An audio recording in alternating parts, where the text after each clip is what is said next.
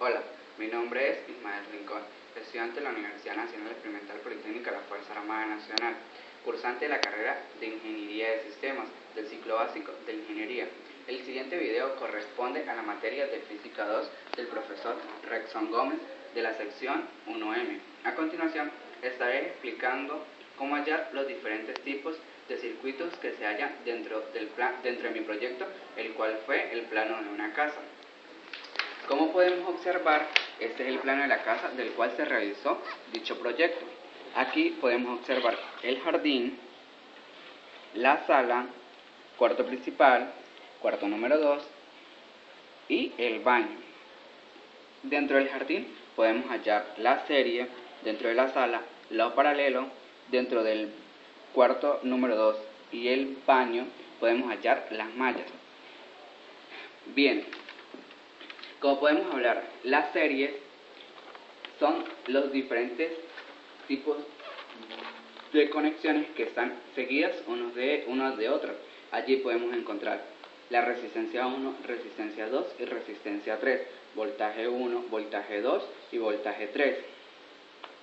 Y la corriente, que dentro de la serie, la corriente van a ser siempre iguales, corriente 1, corriente 2 y corriente 3. Siempre van a ser iguales una de la otra.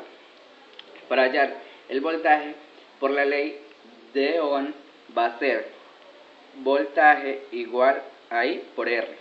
Voltaje igual a corriente por resistencia. Para hallar el voltaje total va a ser el voltaje 1, el voltaje 2 más el voltaje 3. Bien, para hallar la resistencia va a ser voltaje sobre corriente. La resistencia igual a voltaje sobre corriente. La resistencia total va a ser resistencia 1, resistencia 2 más resistencia 3. Para hallar la paralela, el cual corresponde a la sala, encontramos una serie de conexiones que corresponden a ella. Encontramos el voltaje número 1, voltaje 2, voltaje 3, voltaje 4, voltaje 5. Además de ello, la misma cantidad de voltajes, tenemos la misma cantidad de resistencias. Aquí las que van a ser seguidas van a ser los voltajes. Las que van a ser iguales son voltaje va a ser igual a voltaje 2, voltaje 3, voltaje 4, voltaje 5 y voltaje total. El voltaje total va a ser igual a cada una de ellas. En este caso, las corrientes van a ser la corriente total igual a la sumatoria de cada una de las corrientes. Y para hallar la resistencia va a ser la inversa de cada una de ellas. 1 sobre la resistencia 1, la inversa de la resistencia 2, la inversa de la resistencia 3, la inversa de la resistencia 4, más la inversa de la resistencia 5. Estas resistencias se suman ellas y a esta sumatoria se le saca la inversa de ellas. En las mallas, el cual corresponde al cuarto número 2 y al baño, encontramos los diferentes tipos de corrientes. En este caso encontramos corriente 1 y corriente 2. Iniciamos por el voltaje, pero si le damos este sentido a la corriente, primero vamos a encontrar que el voltaje va a estar en el lado negativo. Seguimos con nuestro recorrido, encontramos a la conexión número 1, que sería en este caso el menos del voltaje más el X1, pero el X1 comparte la corriente 1 y comparte la corriente 2. En este caso sería restarle la corriente 1 menos la corriente 2 más X2, pero en este caso X2 igual comparte la corriente 1 y comparte la corriente 2, que sería X1 menos la corriente 2, y encontramos otro voltaje. Por este voltaje, si va en este sentido, el voltaje va a ser positivo. Esta sería nuestra malla número 1.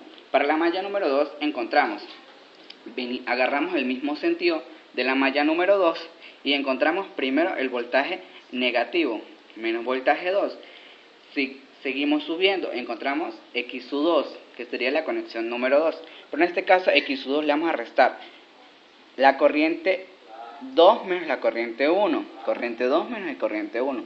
Más encontramos la conexión número 2, que sería X1 en este caso, que sería también la corriente 2 menos la corriente 1, más el LX, que en este caso fue un bombillo, el cual le dimos ese nombre, sería Lx por la corriente 2, porque en este caso no tiene ningún compartimiento entre ellas. El XU3 por la corriente 3 y encontramos el XU4 por la corriente 2. Gracias. Esto fue mi apreciación con respecto a mi proyecto.